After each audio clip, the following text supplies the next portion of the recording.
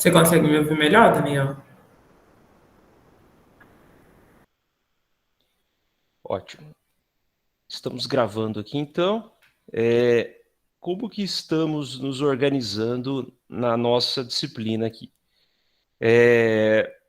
Primeiro, sobre os critérios de avaliação, né? Não há reprovações. Eu sempre comento aí nesta disciplina. Não há reprovações por falta, tá? Por falta. Presencialmente, sim, né? Vocês tinham que ir às aulas e tudo. Eu fazia chamada toda semana, que isso era obrigatório, exigido pelo nosso regimento acadêmico. Porém, na, na nossa dinâmica de ensino remoto, não há reprovações por falta nesta disciplina. Logo, ninguém, obviamente, é obrigado a participar das lives, e quem não participar das lives não será reprovado, tá certo? Essa é uma primeira informação muito importante. Então, esse caráter das lives ele é opcional, vocês estão aqui e nas próximas também, voluntariamente, perfeito? Número 2, quais são os critérios de avaliação, então? Então, nós teremos, basicamente, 3 avaliações, que consiste em 2 provas e um trabalho valendo 20 pontos, tá? Eu vou comentar primeiro das provas e depois eu finalizo comentando dos trabalhos. Como funcionam as provas de economia, né? 2 provas, cada uma valendo 40 pontos. Preferencialmente, eu sugiro que vocês façam as avaliações em dupla, né? Isso eu acho importante, sobre o processo de aprendizado, troca de ideias, negociação e tudo, né?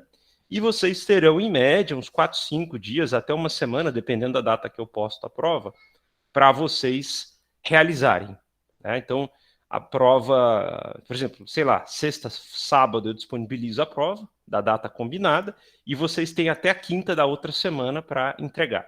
Vocês vão baixar a prova no portal didático, né? As duplas ali, e vão ter ali uns 4, 5 dias para elaborar a prova, tá certo?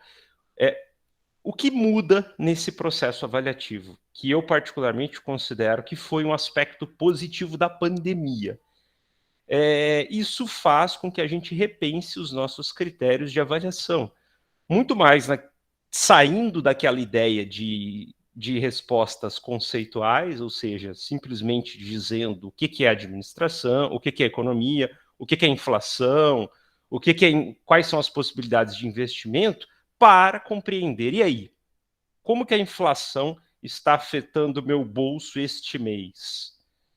O que eu posso fazer com as poucas reservas familiares que eu tenho, considerando que a taxa Selic vai ter um aumento de 1 ponto agora, esta semana? Quais são as projeções econômicas para o ano que vem em possibilidades de investimento de renda fixa e renda variável? Como eu compreendo e como me impacta a taxa de câmbio do dólar a 5,2, 5,3? E assim vai, né? O que um dólar a 5,2 tem de relação com a inflação, tem de relação com os commodities que são exportados e ou importados? E aí, a nossa ideia é problematizar essas questões, estou pegando alguns exemplos, à luz da área que vocês gostariam de atuar ou já atuam, né? Então, as nossas provas, elas são aplicadas muito nesse sentido.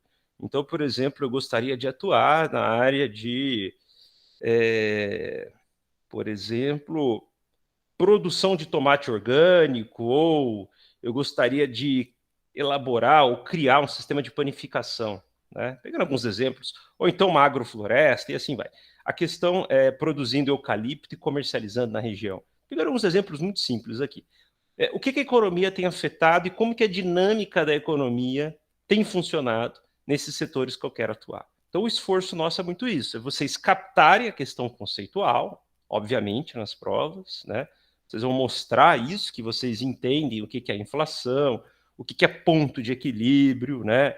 O que é oferta, o que é demanda, lógico, como que o preço de um produto ou um serviço ele é formado no mercado, mas mais do que isso, como que isso afeta a realidade que vocês estão inseridos ou pretendem atuar, né?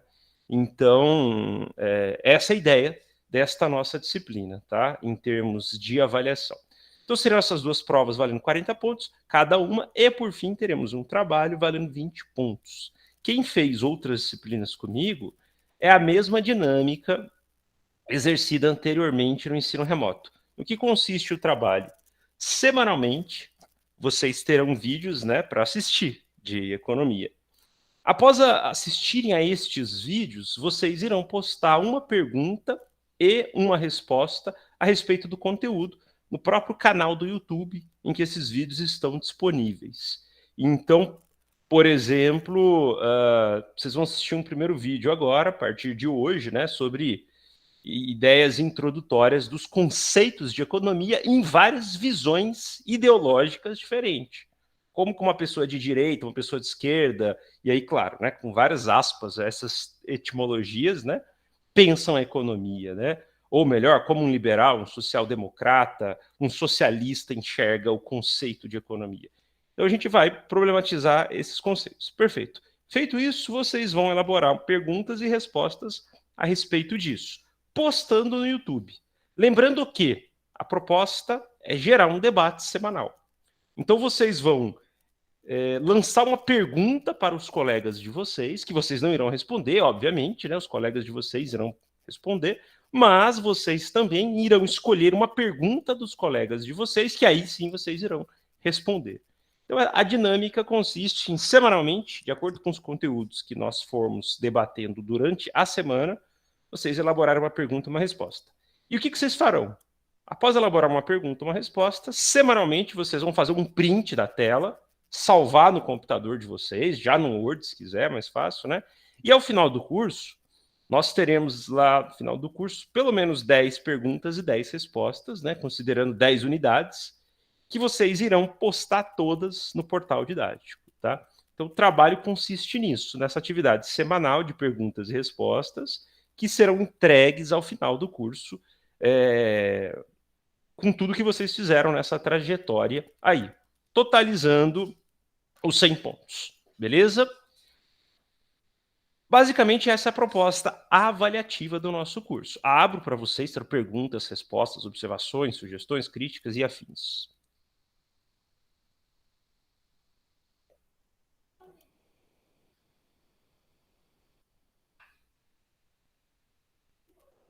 Daniel, Oi.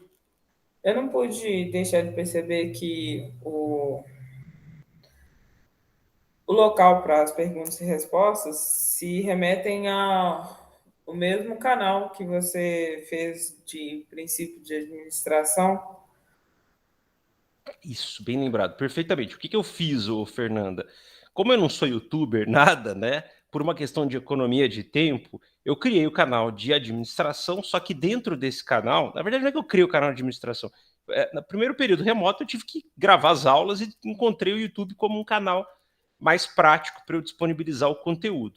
E aí, com a disciplina de economia, que veio ofertada logo no segundo ou terceiro período emergencial, dentro do canal eu criei uma playlist com os vídeos de economia, tá, Fernanda? E agora de sociologia também. Então lá tem administração, economia e sociologia. Perfeito?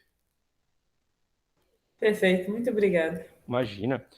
E já tem uma playlist, se eu não me engano, com os conteúdos de economia lá das videoaulas anteriores. Oi, bom dia, tudo bem? Olá, bom dia, Gabriele, né? Isso. Aí as perguntas e as respostas eu devo colocar lá no YouTube mesmo ou você vai abrir um fórum no portal didático? Gabriela, no YouTube mesmo, tá? No YouTube mesmo, né? Exatamente, pelo processo mais dinâmico. Então você vai assistir ao vídeo, logo após o vídeo já tem os comentários abaixo. E aí você... Aí nos comentários eu coloco uma pergunta e respondo uma das perguntas que estão por lá? Exatamente, Tá. Exatamente isso. Você vai escolher alguma pergunta que te interessa responder, que te chamou atenção, você vai responder, né? E você vai elaborar uma pergunta também. Um aspecto interessante é que eu optei por deixar as perguntas e respostas das turmas anteriores nos comentários, tá? Eu poderia apagar tudo e vocês começarem do zero novamente, né? Mas eu mantive porque eu considero que uma vantagem do ensino à distância, ou melhor, desse processo remoto nosso, é que a gente consegue acumular formas, teoricamente, de conhecimento. Então, perguntas e respostas que já foram elaboradas anteriormente podem, inclusive, ampliar a reflexão daquilo que vocês estão pensando. Então, tem lá também as perguntas das turmas anteriores. Vocês podem ler, né, claro, as perguntas anteriores e tudo, tá? Professor, com relação à resposta a uma pergunta, deverá ser uma resposta da turma atual, de uma pergunta que foi feita de um aluno da turma atual, ou pode ser uma pergunta ainda não respondida, né, da turma anterior? Boa pergunta, Leonardo. Pode ser uma pergunta não respondida da turma anterior, pode ser uma pergunta respondida da turma anterior, desde que a sua resposta venha complementar ou questionar ou ampliar o que foi comentado anteriormente, sem problema nenhum, tá? Para a gente fazer uma discussão só da nossa turma, eu teria que apagar as outras mensagens, né? Mas eu falei, vou deixar, porque tem questões anteriores que podem ser ricas, então não tem problema nenhum, entendeu? Claro que, quando você fizer uma pergunta, Leonardo, a sua pergunta virá para a turma atual, né? Porque a própria listagem joga a pergunta para cima. Agora, isso não quer dizer que não quer dizer necessariamente que alguém irá responder a sua pergunta, né? Mas o que eu sugiro, Leonardo, é que quando você for elaborar uma pergunta, a turma toda, né? Que vocês deem uma olhada nos comentários anteriores, né? Até para vocês verem se vocês conseguem trazer algo diferente, novo ali do que foi debatido, perfeito? Ou complementar. Mas não tem problema nenhum, você pode responder a comentários anteriores que foram realizados, perfeito? Perfeito.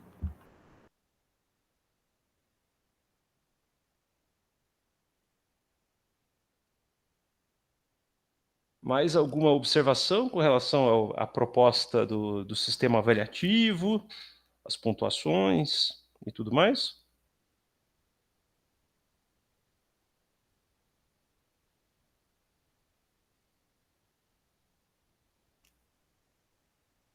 Beleza? Enfim, então essa é a nossa proposição avaliativa. Infelizmente, a gente não tem muita flexibilidade para mudar os critérios. A gente pode mudar, logicamente, mas a gente fica preso a algumas diretrizes, como 3 avaliações, no mínimo, né? E nenhuma avaliação pode exceder 40 pontos. Então, esses são os critérios mínimos necessários, né? E, de qualquer forma, nos semestres anteriores tem funcionado. Se vocês tiverem alguma sugestão, claro, a gente sempre bem-vindo, a gente pode negociar aí, tá? Com relação aos aspectos pedagógicos, então, do curso, né? Delimitadas questões avaliativas com relação aos aspectos pedagógicos.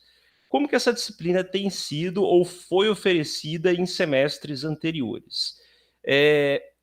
Como eu não tinha os conteúdos gravados ainda, eu fazia os encontros semanais, a gente tinha os encontros semanais, e nos encontros semanais eu apresentava o conteúdo, né?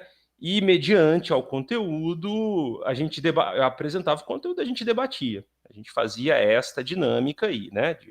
De conteúdo e tudo mais. E eram encontros todos semanais. Porém, com o acúmulo dos processos de debates de turmas anteriores, nós já temos um conteúdo da disciplina de economia disponível. De modo que nós podemos inverter essa lógica. Então, o que a gente pode fazer? A gente já pode começar com os vídeos, vocês assistem os vídeos, alguns vídeos aqui geralmente de 50, 40 minutos, alguns são um pouco maiores, e após os vídeos, né, a gente pode aproveitar os encontros, as lives, para debater os conteúdos e complementar os conteúdos dos vídeos, né? Essa é uma possibilidade, tá? Que eu considero que a gente chama muitas vezes de aula invertida, que o ensino remoto tem nos possibilitado, né? Apresentamos as ideias básicas com o conteúdo disponível anteriormente e usamos os espaços da live para problematizar aquilo que já foi apresentado e que vocês tiveram tempo prévio, né, de brevemente estudar, ter acesso ou complementar. Enfim, objetivamente falando, em termos pedagógicos, o que eu estou propondo para vocês este semestre? Eu disponibilizo os vídeos que já estão gravados e nós usamos as lives para debater os conteúdos. O que vocês acham? Agora, uma outra possibilidade, que também para mim não é nenhuma restrição, lógico, é a gente usar o modelo tradicional, né? A gente se encontra aqui, eu apresento o conteúdo e após a apresentação do conteúdo, a gente discute, né? Porém, na minha opinião, a gente tem essa perda de oportunidade de já trazer uma reflexão prévia a partir do conteúdo disponibilizado. Eu abro aí para vocês, se vocês tiverem algum comentário, alguma sugestão, observação, fiquem à vontade. E por último, sobre essas questões pedagógicas, nós temos duas possibilidades. Uma delas é a gente se encontrar semanalmente para discutir os conteúdos das lives, e a outra é a gente se encontrar quinzenalmente para discutir os conteúdos das lives. Na disciplina de administração, eu estava fazendo os encontros quinzenais. Tinha os vídeos, né? A gente encontrava quinzenalmente para debater os vídeos. Na disciplina de economia, eu estava fazendo os encontros semanais porque as videoaulas não estavam gravadas ainda, né? Os debates não estavam gravados. Como eles estão gravados agora, nós temos a possibilidade de encontrarmos quinzenalmente nas lives, né? Se vocês acharem interessante, ou também podemos encontrar semanalmente para debater o conteúdo. Da minha parte, qualquer uma das possibilidades eu considero viável. O que vocês têm que analisar é basicamente a gestão do tempo de vocês, né? Como é que está, o que vocês consideram mais interessante. Lembrando, pessoal, que a presença nas lives não é obrigatória, né? Nós iremos utilizar das lives para debater o conteúdo que já foi gravado, beleza? Enfim, abro aí para vocês, para comentários sobre essas questões pedagógicas. Daniel, no seu plano de ensino está marcado quinzenalmente. Sim, eu coloquei inicialmente, porque no plano de ensino a gente tem que apresentar, Fernanda, esses aspectos pedagógicos já prontos, sabe? Então está quinzenalmente, perfeitamente. Mas nada impede, claro, se for o caso, se vocês quiserem alterar, tá? A Bárbara fez um comentário aqui. Eu fiz a disciplina de administração e quinzenalmente funcionou muito bem, tá? A sugestão, a opinião da Bárbara aqui. Mas fique à vontade, pessoal, para trazer os comentários aí de vocês. Professor, então, assim como a Bárbara falou, eu também fiz a administração no período anterior, né, junto com a Fernanda, né? Tô vendo ali o rostinho dela, tô lembrando dela, né? Uhum. E eu acho que funcionou bastante, né? Essa metodologia que o senhor utilizou foi uma metodologia bastante não ortodoxa, né? Como o senhor mesmo disse no início do conteúdo de administração, e que frisava o aluno levantar debates, né, sobre o que eram os conceitos, né, de administração para ele, como que ele enxergava essa aplicação dentro da própria vida dele, a vivência dele. Foi uma das coisas que me chamou a atenção. Eu achava que ia ser mais fácil, sinceramente, mas não foi não, né? A última prova, né, tanto que a última prova lá foi uma prova cascuda, né? Então não foi nada tipo deixa a vida me levar, a vida leva eu, não. Foi realmente uma coisa que teve tópicos, né, extremamente técnicos, conteúdos técnicos, mas aplicativos dentro da análise do famoso o que eu estou aprendendo sobre isso, né? Ou seja, não tinha como colar. É o tipo de prova que é incolável, né? Não dá para você colar. E eu tive a infelicidade, né, do meu partner, que, como eu mandei um e-mail para o senhor, de ter desistido no último instante, né? E eu fiquei sozinho e a prova era gigantesca, né? Então, eu nem consegui fazer a última questão bônus lá. Eu entreguei mesmo só a prova, mas ainda bem que deu certo, né? Eu tirei uma nota relativamente satisfatória, que permitiu eu passar na disciplina. Então, eu gostei. Sinceramente, para mim, funcionou, né? E eu consegui aprender bastante. É uma coisa que está fora da caixa e que faz eu pensar fora da caixa, né? Aquela coisa engessada. O que é administração? Letra A, B, C. Então, foi muito mais além disso. Para mim, eu tive um aprendizado muito mais significativo.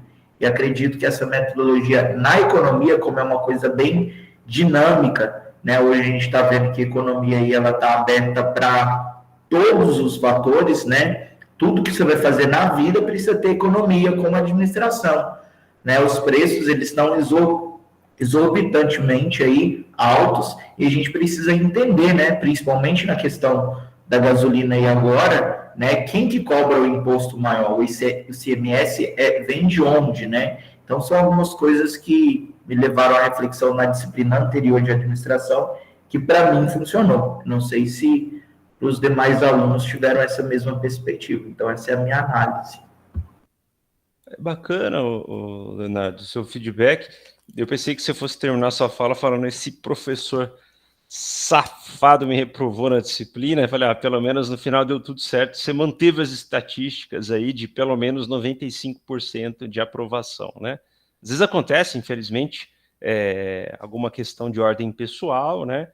E que alguém perde uma avaliação e, infelizmente, não passa. Mas é a exceção, em média, nas disciplinas tanto de administração, quanto economia, quanto sociologia, que oferto, a taxa de aprovação é de 95%, em média, né? Tem semestre que cai um pouquinho, vai para 90%. Então a gente tem ali, infelizmente, 5%, 10%, que às vezes repete, né? Por 1 milhão de fatores, tá? Mas, de um modo geral, a tentativa é quebrar esse sistema de punição e recompensa, que é o nosso sistema educacional.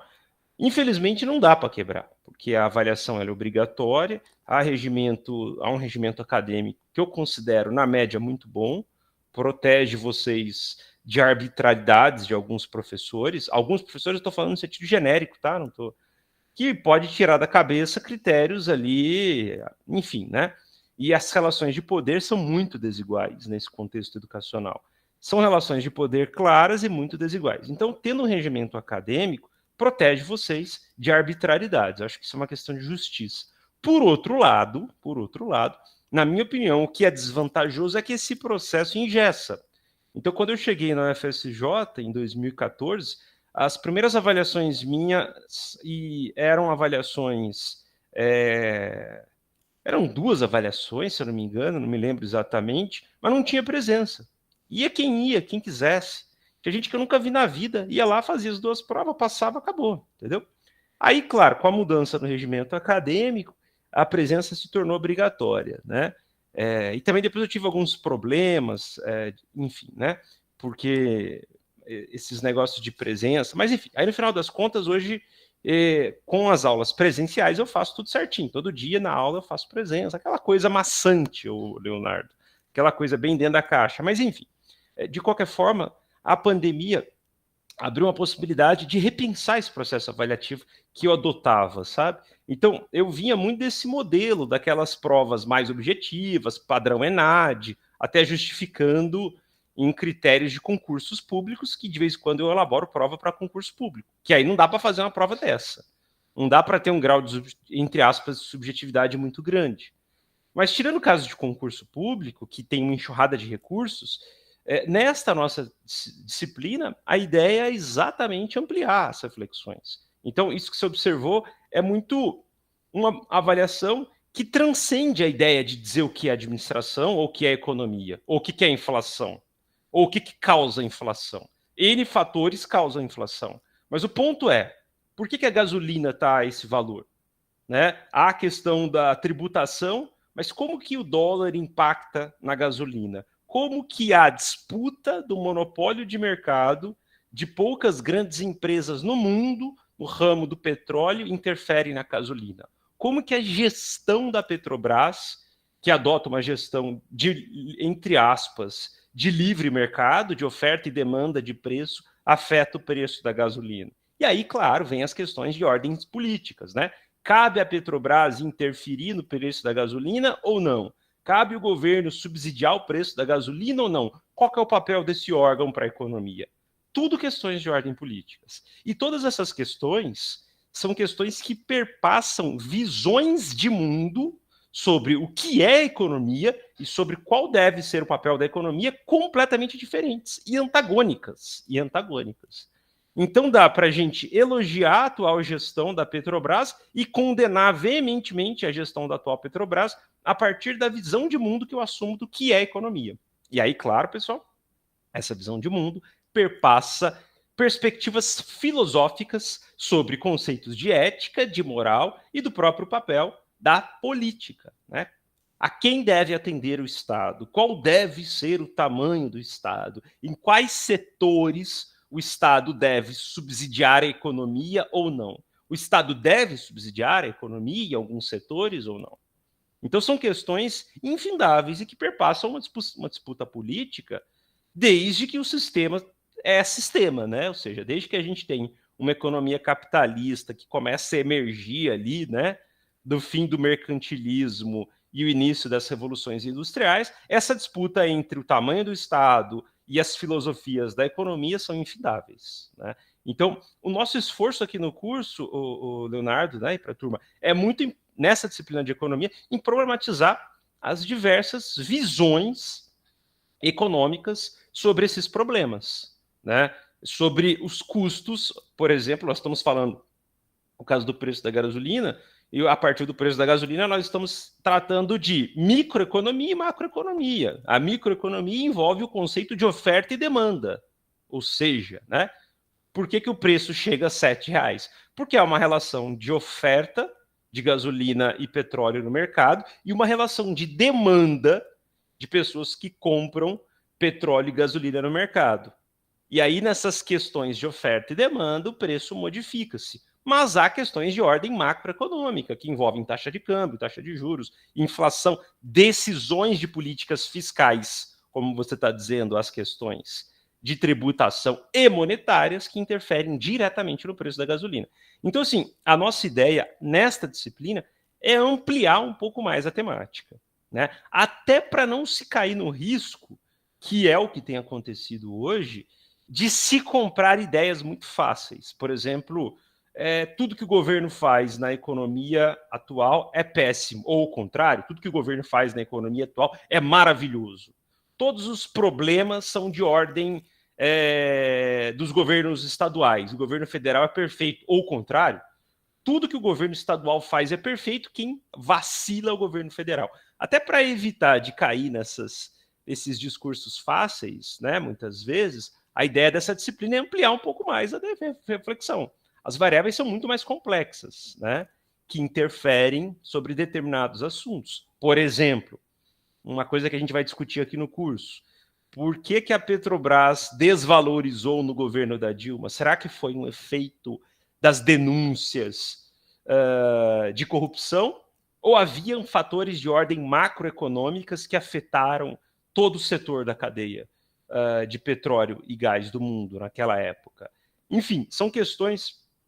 Nosso esforço aqui é muito isso. Não é defender X ou Y, ainda que cada um de nós tem direito, isso é uma democracia, de acreditar no que bem entender, né? Mas aqui não, aqui a minha tentativa, até ética, é de, mesmo eu tendo as minhas paixões, as minhas doideiras e tudo mais, à medida do possível, ampliar os leques de interpretações, né? Ou seja, olha, essa é uma interpretação do fato, essa é uma outra interpretação, né? Fundamentado, claro, pessoal, em teorias, né? Então, o nosso esforço é isso, fundamentado em teorias, né? O que esses discursos se assemelham ou não às teorias. Mas lembrando que nós estamos num contexto, né, que, graças às facilidades de comunicação, por outro lado, né, que as notícias falsas, e aí notícias falsas que eu me refiro, são aquelas pensadas propositadamente, tem como campo a economia crucial, né? E que afeta a todos nós, né? Não só as notícias falsas, mas os momentos econômicos que a gente vive, né? Enfim, o Leonardo, só comentando o que você comentou aí, acrescentando aí as suas observações.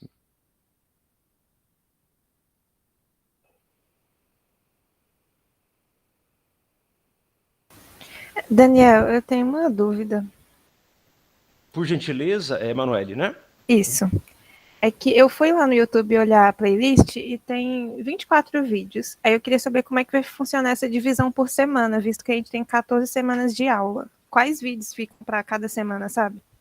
Perfeitamente, Emanuele. A partir de hoje, já que essa live a proposta dela é apresentar a proposta do curso e levantar demandas e tudo, né? A partir de hoje, eu vou disponibilizar no portal para vocês semanalmente os vídeos que serão um tema de debate, tá? Então, olha, esta semana vocês terão 3 vídeos ali. Então, os 3 vídeos aqui, estou até com o canal aberto.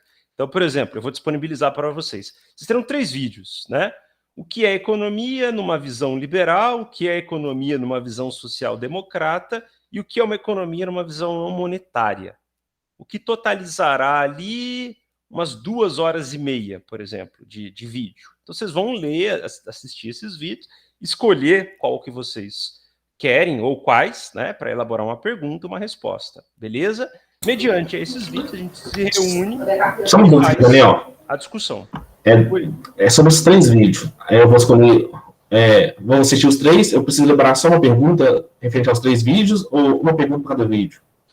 Vocês têm que elaborar pelo menos uma pergunta. Pelo menos, tá? Pelo menos uma pergunta e pelo menos uma resposta.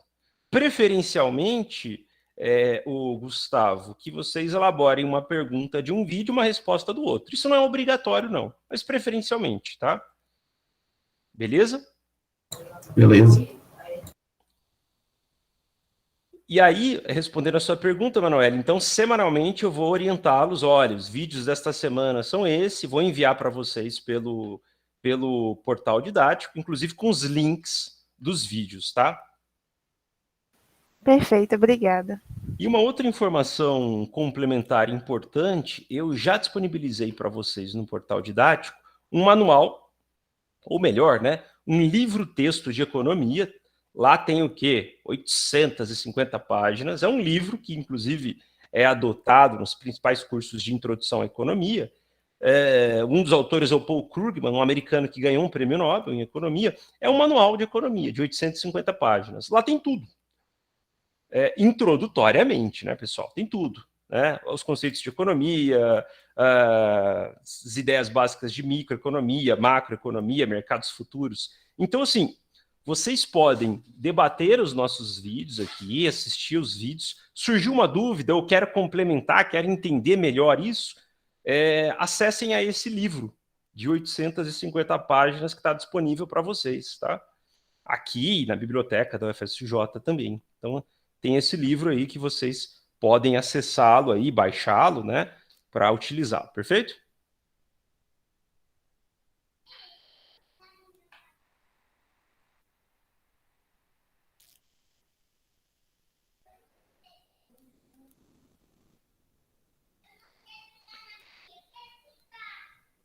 Pessoal, com relação à proposta pedagógica, ficaremos nos encontros quinzenais, tá beleza? Inicialmente. Eu concordo também com os encontros quinzenais. Leonardo, muito legal você lembrar de mim. Até mesmo porque fica mais fácil de a gente equilibrar com as outras matérias também. Beleza. Se porventura surgir demandas, olha, a gente está sentindo que seria interessante encontrar semanalmente, ou este conteúdo a gente gostaria de discutir, estou à disposição, tá? Então a gente pode manter os encontros quinzenais e podemos a partir das demandas de vocês, encontrarmos para debater o que surgir aí de demanda, beleza? Ótimo. Por fim, a proposta dos temas que iremos discutir aqui. Eu estou com o canal aberto, com a playlist, vou até abrir aqui para vocês, só um minuto, pessoal.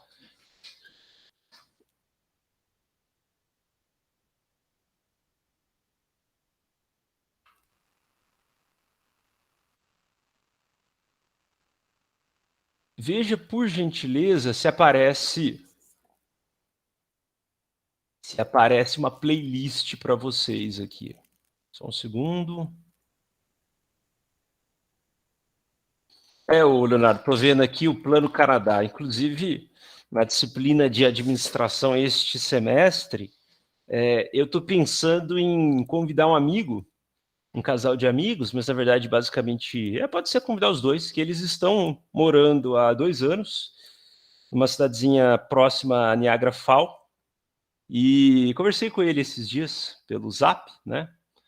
Tá saindo lá o visto permanente dele, e até conversei com ele e tal, ele falou que topa, se vocês tiverem interesse, eu convido para as outras disciplinas também, a gente pode fazer uma live com eles, né? Eles se formaram, obviamente, no Brasil, e começaram a construir a vida lá agora. Aí esse meu amigo mesmo formou em economia, foi para lá, fez um curso de gastronomia de 1 ano e meio, e começou a trabalhar em restaurante, e atualmente ele trabalha com panificação.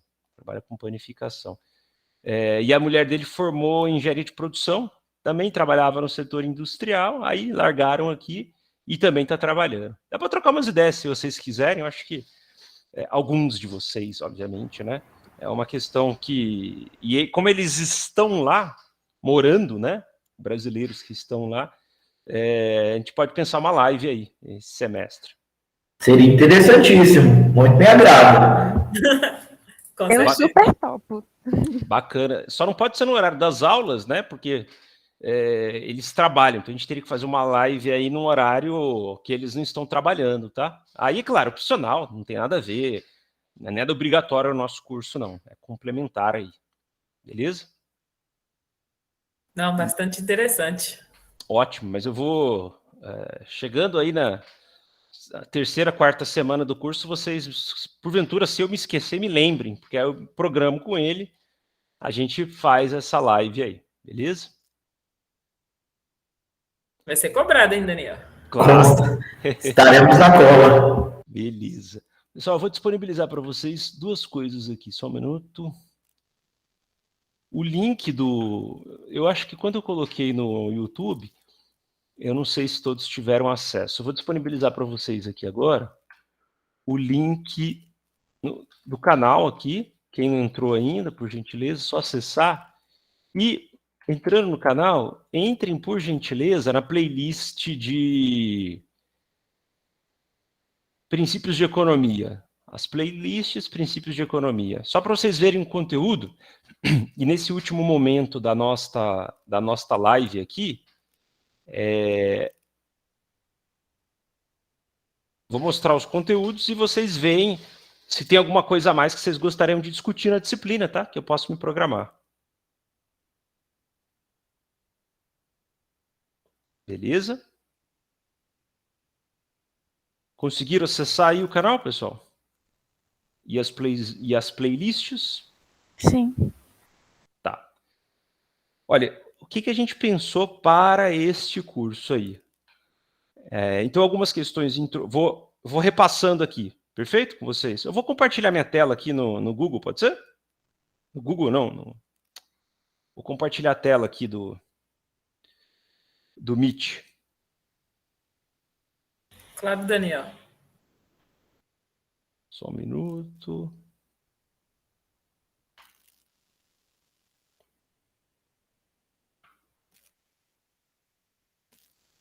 Veja se vocês estão vendo aqui a minha tela.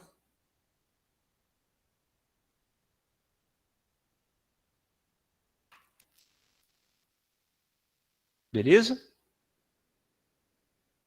Apareceu. Apareceu aí, né? Sim. Tá.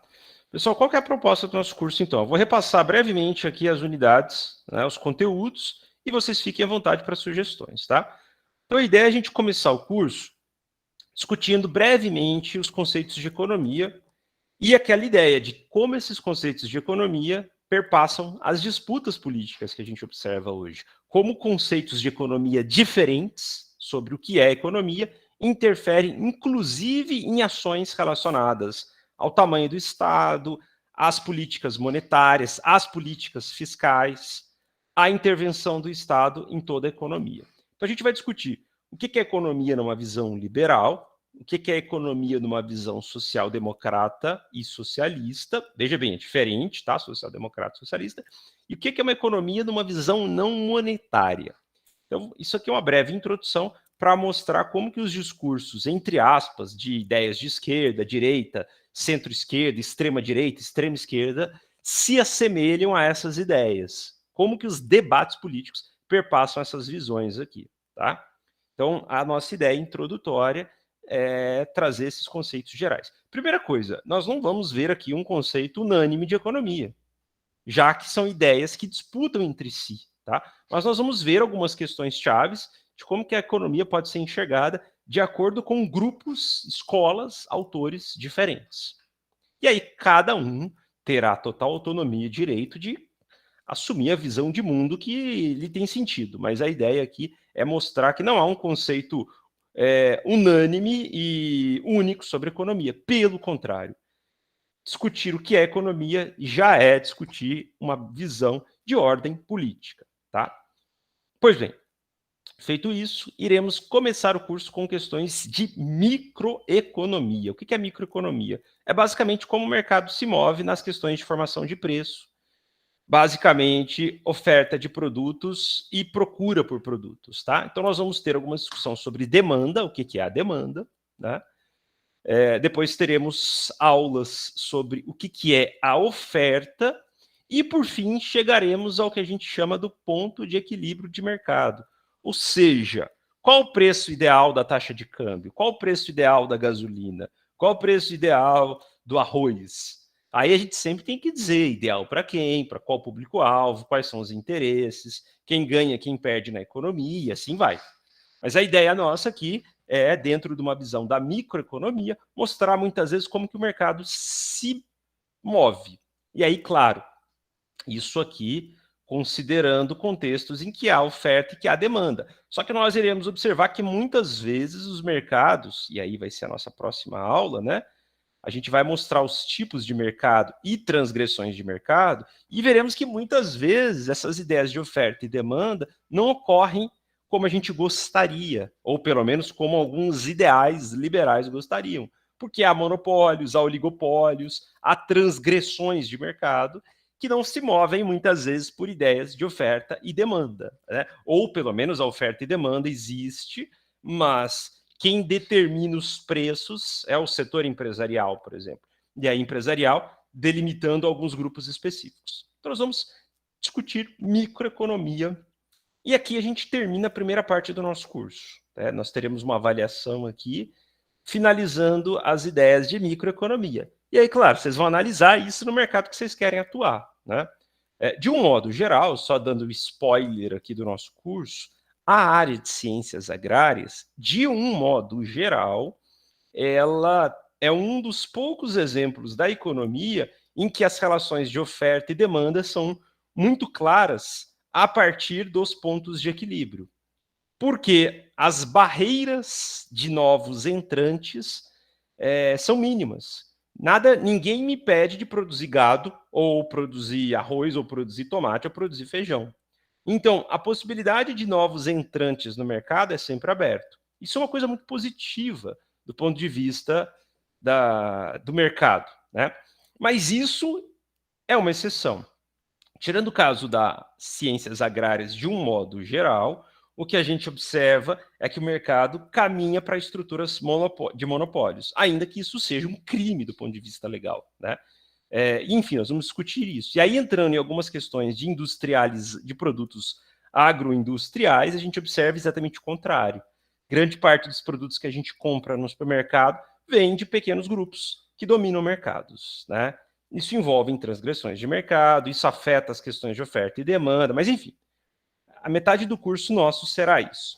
Depois, a segunda metade do nosso curso, nós iremos discutir as questões de inflação, né? Problematizar as questões da inflação historicamente no Brasil, como que a inflação afeta a nossa vida, como que a inflação afeta as possibilidades de investimentos, né? E depois teremos questões relacionadas às taxas de juros. E nós, mediante a discussão de inflação e taxa de juros, teremos videoaulas que discutiremos investimentos financeiros. Quais são as possibilidades de investimentos financeiros a partir das taxas de juros? Mais um spoiler.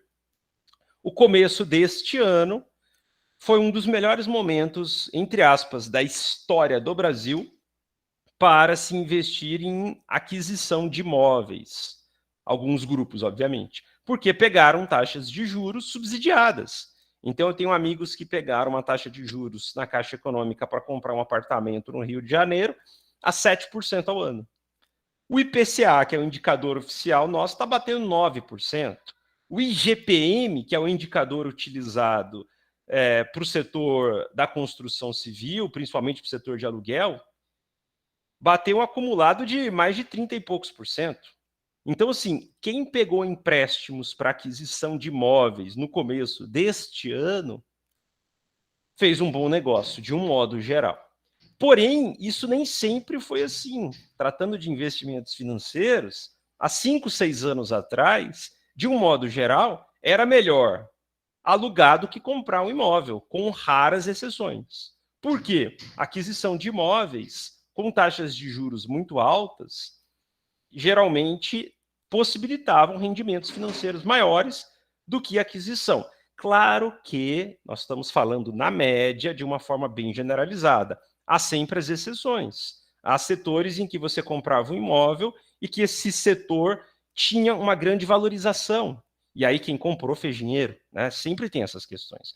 Mas, de um modo geral, no Brasil, a gente observou esses fenômenos aí, tá? Enfim, vamos discutir também outras possibilidades de investimento, principalmente no contexto de renda fixa, que permite planejamentos. Vamos problematizar brevemente algumas questões de rendas variáveis, no contexto de mercado de ações, mas não é o nosso eixo aqui, uma vez que o mercado de ações ele é um mercado especulativo, tá?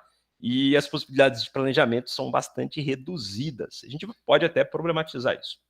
Depois teremos algumas aulas, uma aula discutindo as questões de taxas de câmbio, né? E como que a taxa de câmbio afeta nos processos de exportação e importação, e finalizaremos o nosso curso problematizando muito das questões do pensamento econômico em uma síntese, né, do nosso curso hoje, entre aspas, as ideias de esquerda e direita, mediante a isso tudo que nós vemos aqui, e discutindo as questões de política econômica. E, por fim, teremos aí uma videoaula sobre o GTA, os carrinhos malucos que ficam pulando, tá? Nem sei como isso foi parar aqui, meu filho provavelmente deve ter adicionado. Enfim, essa é a proposta do nosso curso, então, em termos de conteúdo. Abro para vocês aí o que vocês tiverem de sugestão e quiserem discutir aí, que não foi apresentado aqui, a gente pode planejar, tá?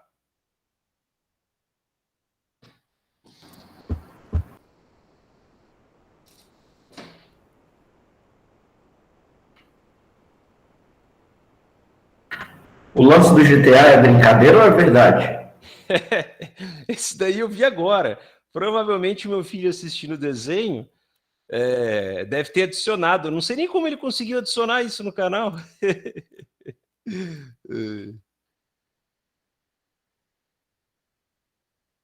E, na verdade, nem é o GTA, né? É o GTA desenho para crianças de 3 anos e meio. Não é o que você joga, não, Leonardo. Ah, sim. Agora, mas, enfim, em termos de conteúdo, né? Tirando a sugestão do GTA aí, se vocês tiverem alguma outra observação, a gente pode debater. Lembrando que o setor de games ele foi bastante impactado por políticas econômicas nesses últimos 2 anos, né? Ocorreram pressões de partes do governo e partes do setor empresariado, né, para adotar isenções no intuito de incentivar alguns setores. Isso tudo vinculado a políticas econômicas, né? Só um adendo aí sobre isso. Por outro lado, vocês sabem, né, que a aquisição de games, que muitas vezes são cotados em dólar, diminuiu o acesso à aquisição aí desses videogames para parte da população, né?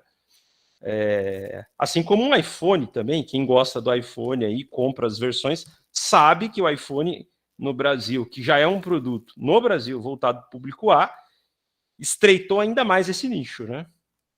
Isso tudo relacionado com questões de taxa de câmbio.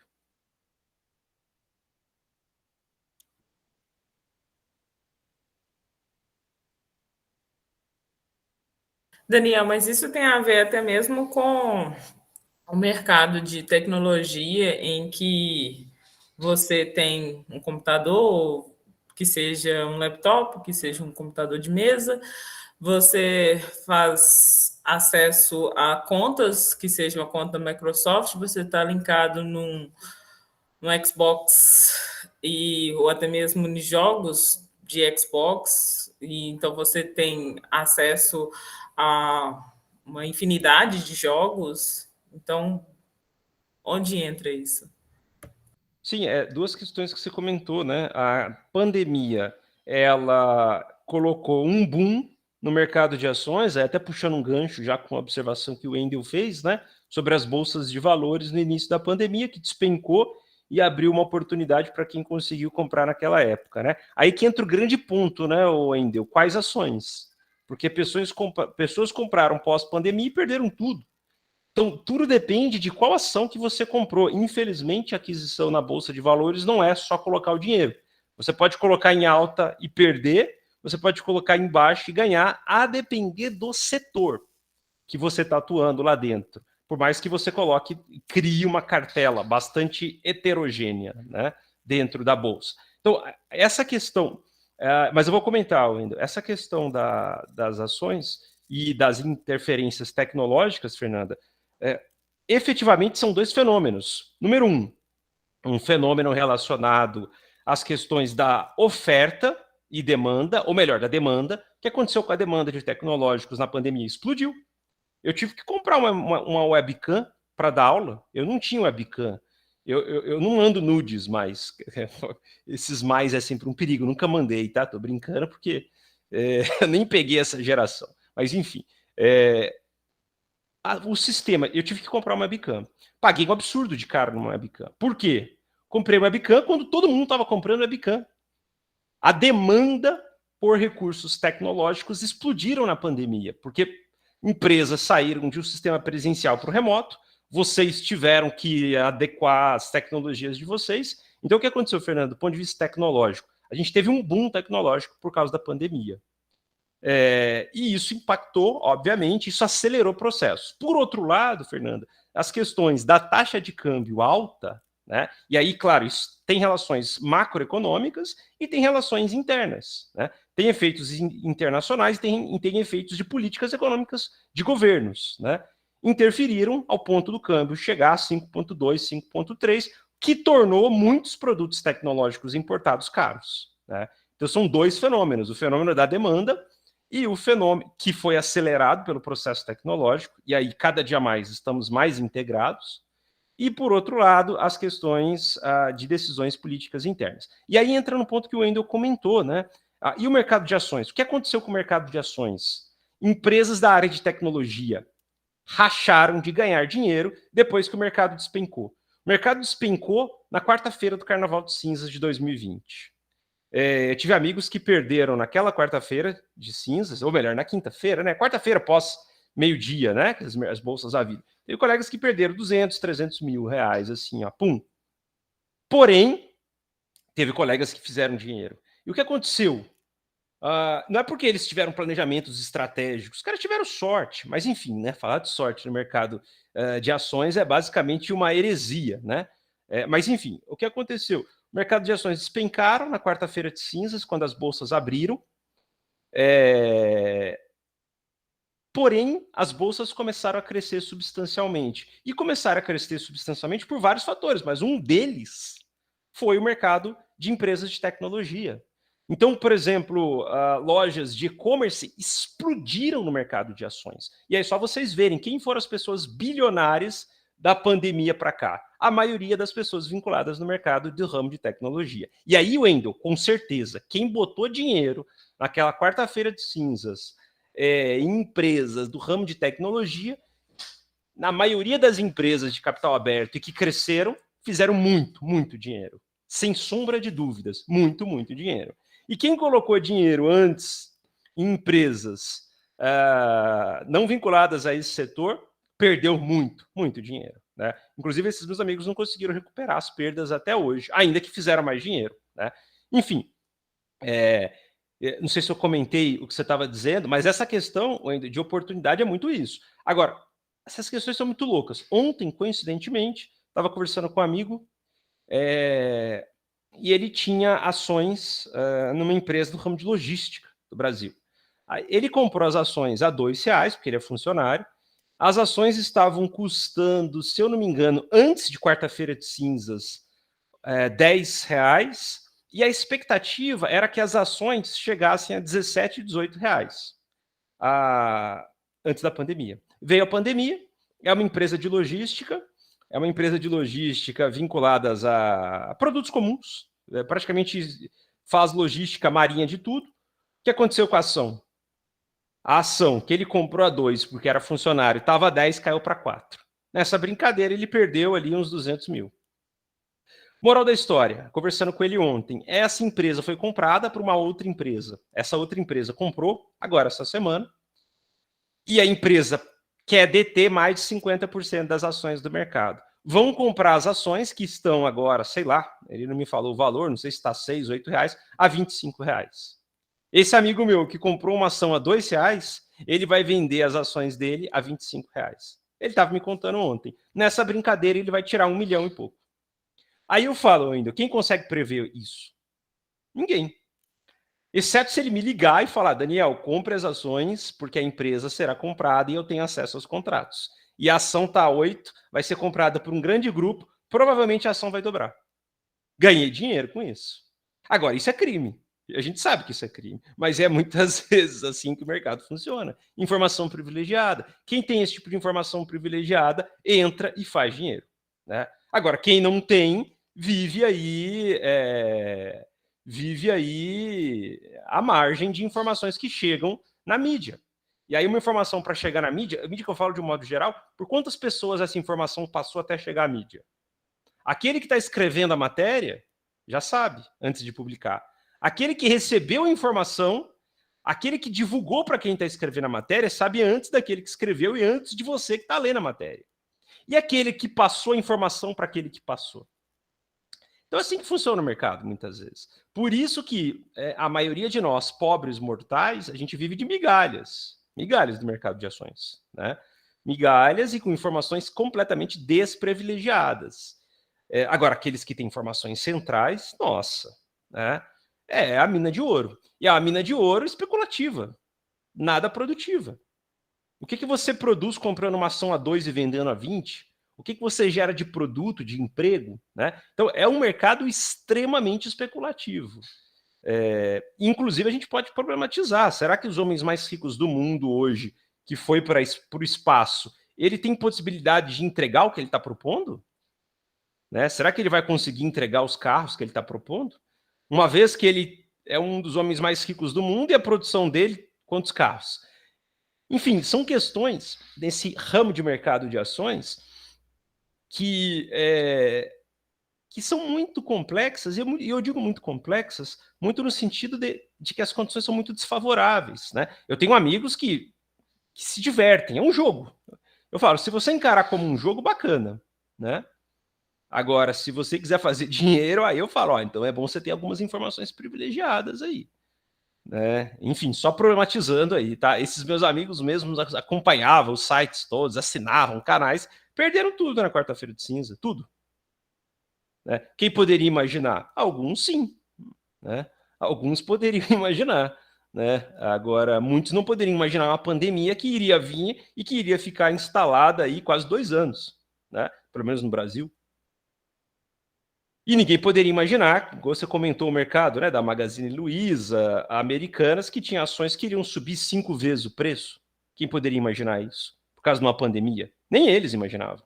Né? Então não dá para ler o futuro, esse é o ponto. Infelizmente, a gente ainda não consegue ler o futuro. Agora, a gente faz projeções. Né? Essas são as questões. Os meus amigos do mercado de ações estão analisando que a economia ano que vem vai ser uma catástrofe, né? E que as questões políticas vão colocar o contexto numa situação bastante insegura, e meus amigos que atuam no mercado de ações, em alguns mercados, em alguns, claro, vão retirar o dinheiro até novembro. Essa é a projeção deles. E vão vão comprar mais dólar, vão investir em ouro, em renda fixa e tudo mais, né? Enfim, só um adendo aí, tá? Com relação às questões que vocês trouxeram aí. Mas o meu papel aqui o meu papel aqui é mais de problematizar, tá? É mais no sentido de dizer, ó, toma cuidado com esses discursos de traders, toma cuidado com esses discursos que são vendidos a cada segundo aí no YouTube, de mercado de ações. Infelizmente, vocês viram o que aconteceu com a Betina, né? A propaganda foi considerada enganosa. Foi enganosa, e eles perderam. Tá? Deu certo, né? No final das contas, deu certo. Eles capitalizaram mais clientes com a propaganda enganosa. Mas não tem como, aquilo não é real. Então, assim, esse mercado, infelizmente, eu sempre ouço. Eu não vejo a hora de virar um trader, investir todo o meu dinheiro no mercado de ações e aposentar aos 40 anos de idade. Isso daí todo mundo tem direito de sonhar, ninguém tem direito de não sonhar, né? Mas, infelizmente, as possibilidades são bastante remotas, sabe? Volto a dizer, tá? Para aquelas que não têm informações privilegiadas. Quem tem informação privilegiada sabe que é a mina de ouro. Exatamente, mina de ouro, tá?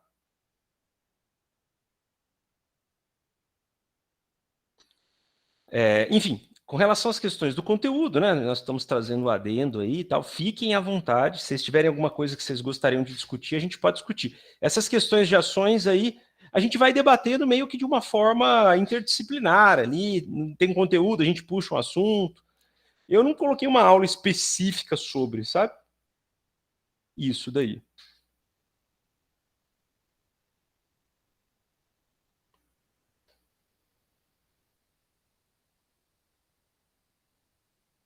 Daniel, desculpa a zoeira, mas se o mercado de ações é um jogo de azar, por que o bingo ainda não está a todo aí e é considerado crime?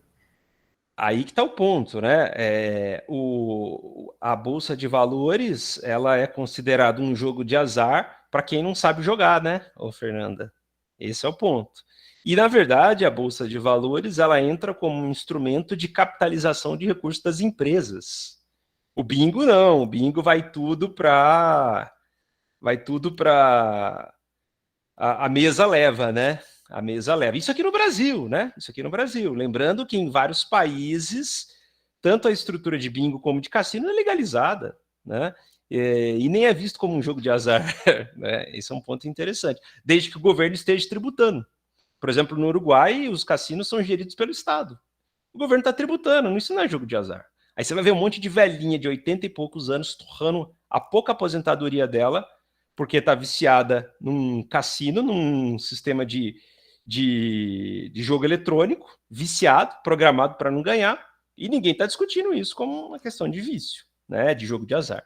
Mas a questão da Bolsa de Valores, ela tem a dimensão de capitalização de recurso. Então, por exemplo, uma empresa que abre capital e ela recebe recurso, ela dá uma turbinada muitas vezes no caixa. É essa a questão, entendeu? Então, assume muitas vezes como uma alavanca, ela assume muitas vezes como uma alavanca de capitalização. E ela tem ainda, as bolsas de valores, um efeito de controle de taxa de câmbio, porque muitas vezes o dólar está entrando, né? Ou o real, dependendo dos processos de aquisições. E isso daí interfere nas questões de taxa de câmbio. Então, a entrada e saída de dinheiro interfere no câmbio. Então é muito mais complexo, tá, Fernanda? São tentáculos que têm relações diretas com outros nichos da economia, né? E que muitas vezes tem um peso político nas eleições. Hoje, nenhum candidato que queira ser, por exemplo, presidente, não vai ser eleito se não acenar para o setor especulativo. Ele tem que acionar. E detalhe, Fernanda, grandes empresas do setor produtivo estão onde? No mercado de ações.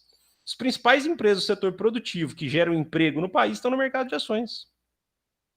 Então, esse setor, o setor financeiro, por exemplo, que faz intermediação, crucial para a movimentação da economia, está atuando no mercado de ações, né? Então, esse mercado é intocável, porque os grandes estão lá, tá? Eu estou falando nós, pobres mortais aqui, pequenos. Nós aqui, pobres mortais, pequenos. Alguns de nós, outros não, tá? Eu não estou dizendo que todos vocês são pobres mortais. Alguns não, mas a maioria sim, tá? Só fazendo essa pontuação aí, beleza? Beleza, Daniel. Vou explicar para minha avó porque ela já gostava de jogar. Deixa só você feliz, Fernanda. Eu vou deixar. Tá doido? Final da vida aí, não sei quantos anos ela tem, você fica privando os prazeres dos vícios, velho. Mas enfim, essa questão é interessante. O bingo não pode, mas por que a loteria pode? Qual que é a probabilidade de você ganhar na Mega Sena da virada do ano em comparação com o bingo? Só vou ter mais chance de ganhar no bingo do que ganhar na Mega Sena. Probabilisticamente, muito mais.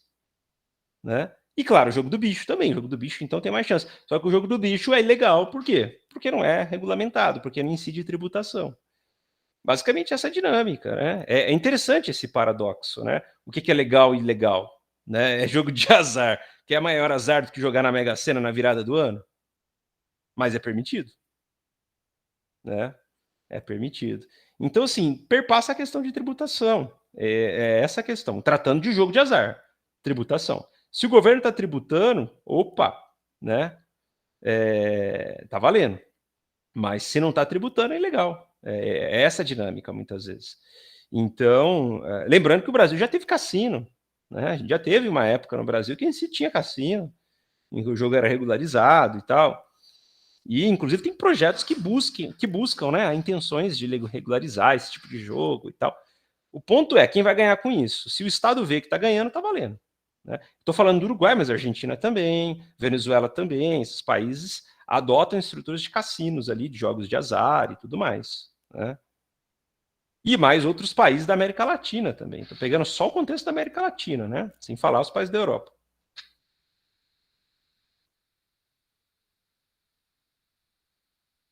Enfim, a minha pergunta é: vocês gostariam de ver alguma coisa a mais em termos de conteúdo aí da nossa disciplina, inicialmente, que vocês queriam acrescentar e tudo?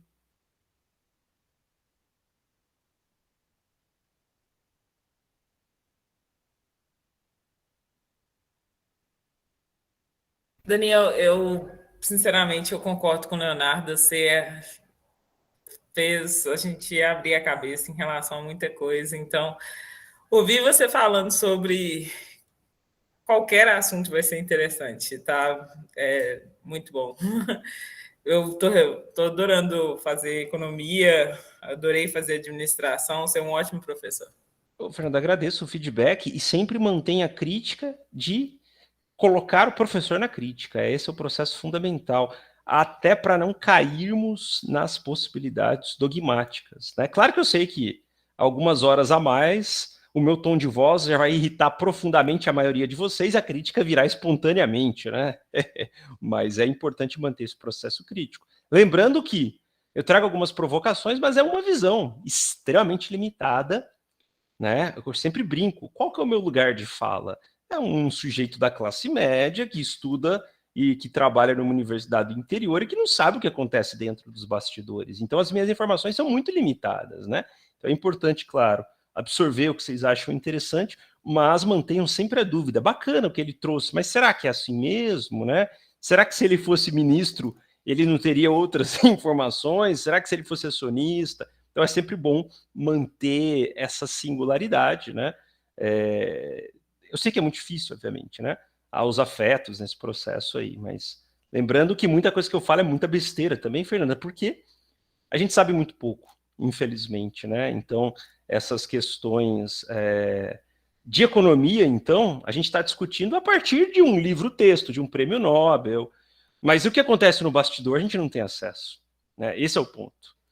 Então é muito complicado, né, quando a gente traz essas discussões sem saber o que acontece muitas vezes nas entrelinhas, né?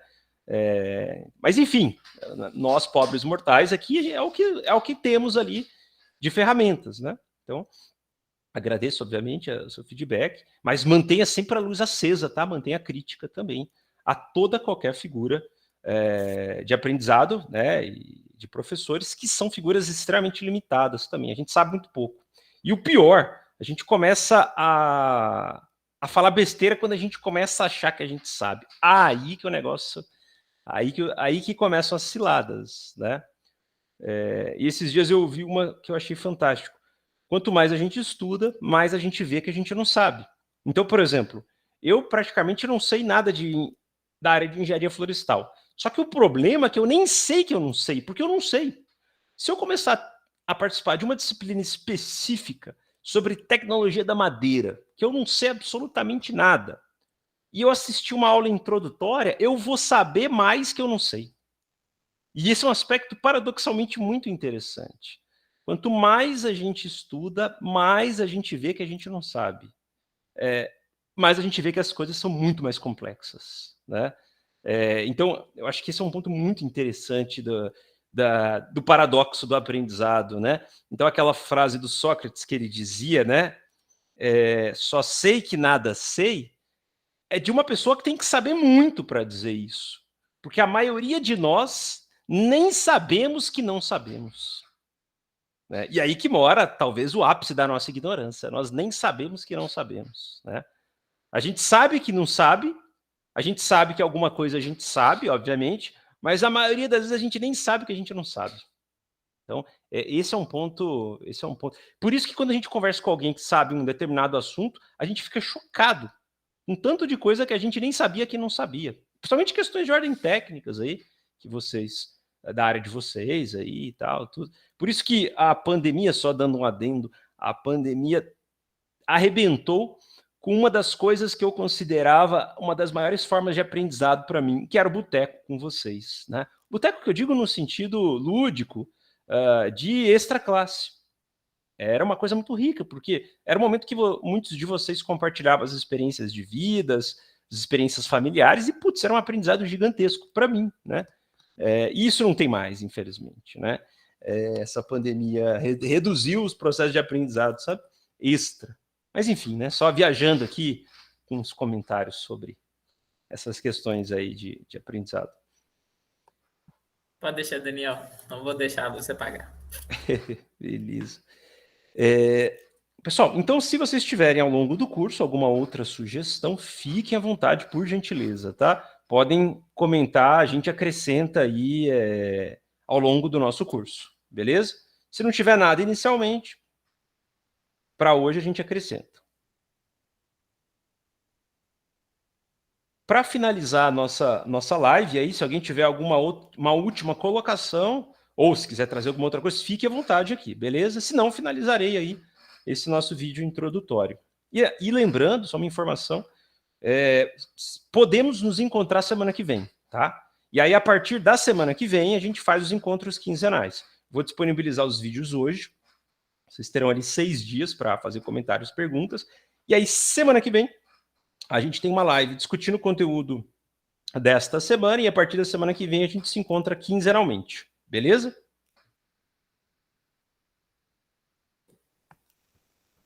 Beleza.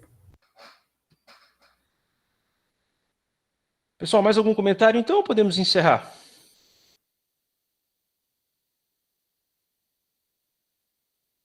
Beleza? Vou aqui, então, encerrar a nossa gravação.